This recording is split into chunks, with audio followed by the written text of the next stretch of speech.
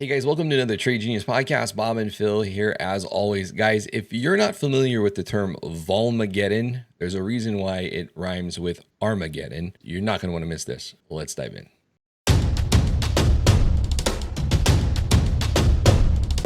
Trade Genius. Okay, Bob, you've done a lot of trading with volatility instruments. Can you explain to us what seems to be brewing? And the last time we had this situation, it was ugly for the markets. So Phil, for the longest time I traded XIV. It was my favorite trade because I called it a cork stock because it never went down until the day a nuclear explosion took it from $100 to $11 overnight. And that was an ETN. So the new creation was these new ones called SVIX and UVIX. Well, guess what? If you want to throw this next chart up here, what we're seeing here is SVIX is the short VIX, but look what they're doing again.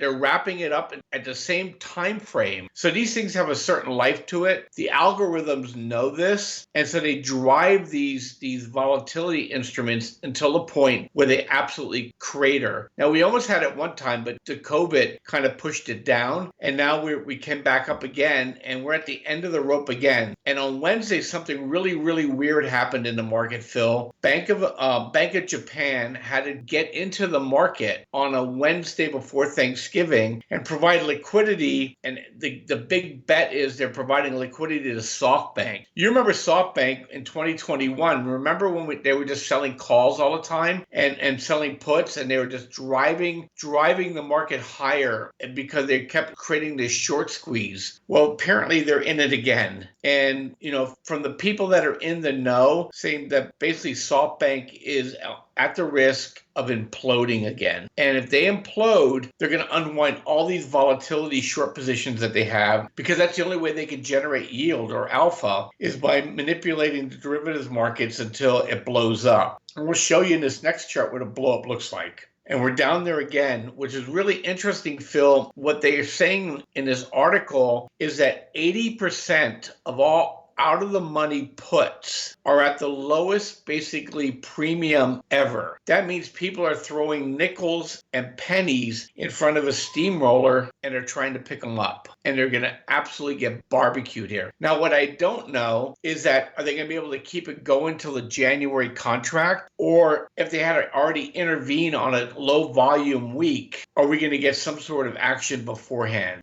I'll throw it back to you and get your thoughts on that. I don't know which. Everybody's front running everything, Phil. So everybody's expecting we're going to be able to make it to the end of January. I'm just wondering if we're going to get an event ahead of that. It's very possible. I mean, if you look at every single one of these arrows represents a tremendous amount of percentage increase in the VIX spiking up. And VIX doesn't spike up unless the market's getting extremely volatile. And usually that means a pretty decent pullback in the market, if not, heavy type of, crash scenario, something like COVID, or toward the tail end of '08 there as we were finishing off that bear market. That got pretty vicious there toward the end as well. And it all stems from when we are in, these readings on VIX. And, if you notice I have an arrow here, it hasn't happened yet, but it would represent if it happened. But if you notice the gap between our last volatility event and now, it's been a while, and we usually get, one here and one there, and we're kind of overdue now. It's similar to the span that we had between, this area 2012 and, 15, 16. So we're definitely due for another big spike. And there's been a lot of, central bank intervention and this and that. And we probably, when we probably should have had it was last year, March, when Silicon Valley Bank ran into its situation. And it was a Fed-induced situation. But because it was a Fed-induced situation, they quickly made the bank bailout program window, right? Which ultimately created more liquidity into the system, and I think further fanned the flames of inflation for the Fed. And that's why a year later, we're still working on inflation that isn't going away. It's very sticky. So the question, I guess, would be, I don't think this is a matter of if, I think this is a matter of when. And, we have Yellen trying to push recession off. She's cranking out T-bills still like a crazy person. That has a shelf life, and that's coming to an end. And so you kind of run the risk here now of maybe, this unfortunately may unwind here, and they're out of a lot of bullets because they've been shooting them when they probably shouldn't have been. But heaven forbid, the market pulls back at all, right? Everybody wants unicorns and rainbows all the time. It's just not how a normal economy works. You have a recession every 4 to 5 years, and it just seems like that's been outlawed. Ultimately, you pay the price one way or the other. You either deal with it every 4 to 5 years, or you get persistent inflation, and that's what we've turned into now because they've basically circumvented natural economic forces for the last decade. Hey guys, we got Black Friday specials. They're really cool. We have the best pricing for the year. You can get our basic package, our advanced packages, our VIP rooms, software, trade options, trade crypto, trade the futures. With us, get our indicators, best prices of the year. Take advantage of it. Thanks for listening. Well, the other issue too, when you get out of the money VIX down in the 12s, big players are going to come in and take the other side of that bet. Right. And force the issue because it's cheap enough for you now to buy cheap protection. Right.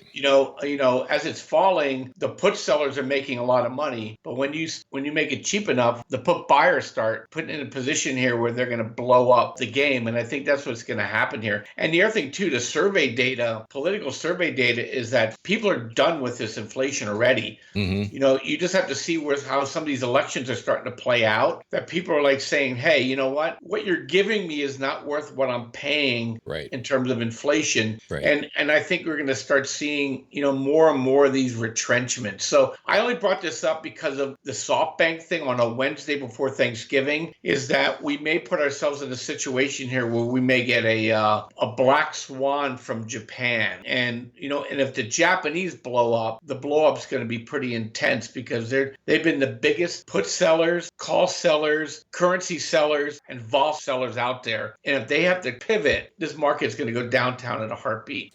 Yeah, I totally agree. They would introduce a lot of systemic risk to the markets, and we don't have a lot of cushion. And I think you would introduce another vol event like we saw with COVID, and it would be very steep and very fast. And it's probably the nightmare of the Fed because the only way you're going to stop that with the amount of leverage and the way the system is designed is to print again. And it's going to set them back another, 2 to 3 years. And it's not good for us either. Not only are we going to deal with, the rescue will feel good at the time, hey, they bailed us out again, but, we're all going to be dealing with inflation that's just never, at this point, you almost would think it's not going to go away. We're stuck in this now in debt inflation spiral. And this is why we said, you got to have the assets that are going to insure against that, right? Bitcoin, real estate, gold, all that stuff's going to skyrocket because they've created a situation now where it's this bubble bursting upon bubble bursting upon bubble bursting and just never ends. Yeah, well, if Jerome Powell thought he had this thing locked and he was going to be able to create I would say a harder than soft landing, but Janet Yellen couldn't take the heat and she went the other way. But,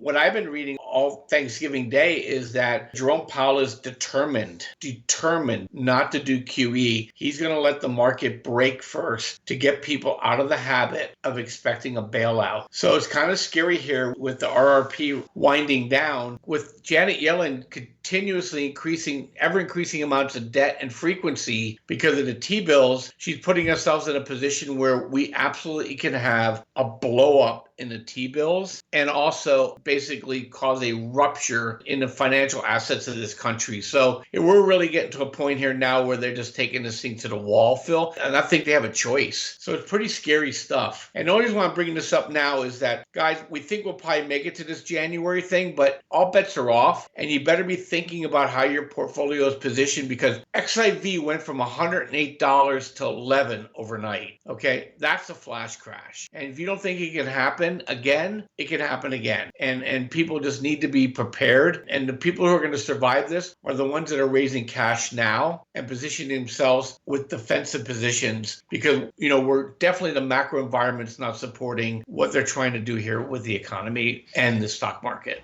Bob, in your opinion, for people that just have a portfolio, brokerage account at Schwab or wherever, TD Ameritrade, what would be a cheap insurance option that you could recommend that most people can have access to? Yeah, I'll tell you what I'm doing. I'm raising cash, and I have full position in TLT. I have a full position in SARK, and pretty much everything else I own pays a dividend around the same dividend yield as the 10-year today. That's my protection. Other than XOM, which is ExxonMobil, is our biggest family position. It's just that because I'm not going to sell it, but I'm selling against it. So that's what we're doing, and that's how we're positioning ourselves. I'm wiping out everything that's high beta, which means stuff that moves with the market at a greater degree. So if the market goes down, it's going to go down in a greater degree. So that's all out of my portfolio today. I'm extremely conservative, and I'm back to 35% cash fill. If I wanted to buy some cheap put protection, what strike and how far out on SPY would you recommend?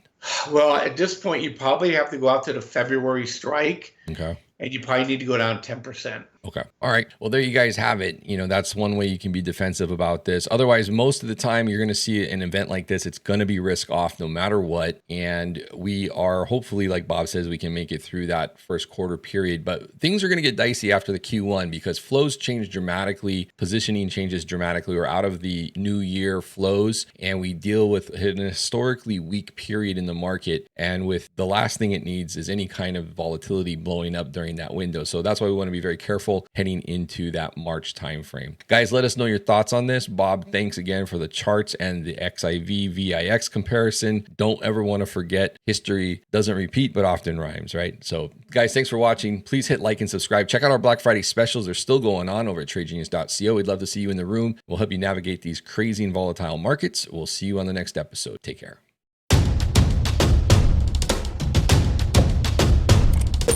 Trade Genius.